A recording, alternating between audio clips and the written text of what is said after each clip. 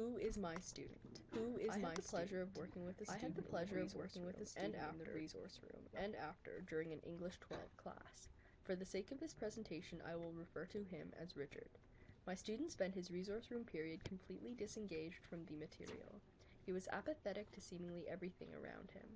I noticed that other students in the room were distracted by cell phones and iPods, but Richard merely sat slumped forward in his seat, disinterested in his surroundings at every level.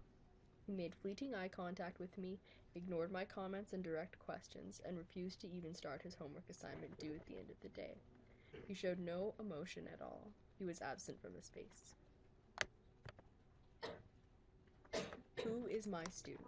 My understanding of the student. With a student in the I saw Richard as a student whose learning needs were not being met at school. For the sake of this presentation, I will refer to him passionately about biology. My student spent his resource room period had simply given up on the subject from the material.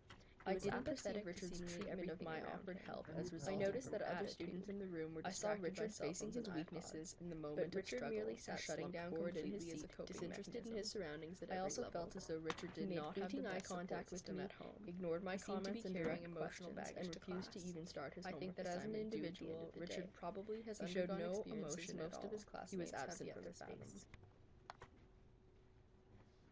The homework Richard had never attempted to start originated from a 12th grade English class. How can I support learners of this type? In this environment, with Richard, I started supporting him as a learner emotionally and mentally. In order for Richard to experience success with learning, he needed to know that I would stay by his side. Despite not speaking to me almost the entire resource room block, I could tell that Richard was grateful for my presence. I sat quietly next to him, occasionally offering points about the worksheet he was attempting to fill in. It was my persistence that played a key role in helping Richard. Eventually, he recognized that I was not going to give up on him. At that point, he began to open up to me.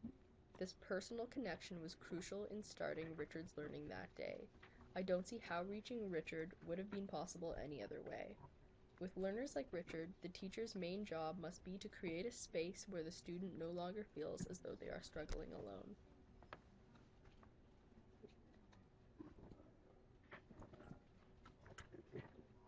The activity. I chose to design a low-pressure, solo activity that would engage Richard privately with the material.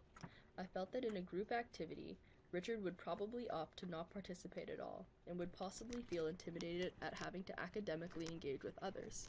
For my activity, I would have Richard read an article on biology, his favorite subject.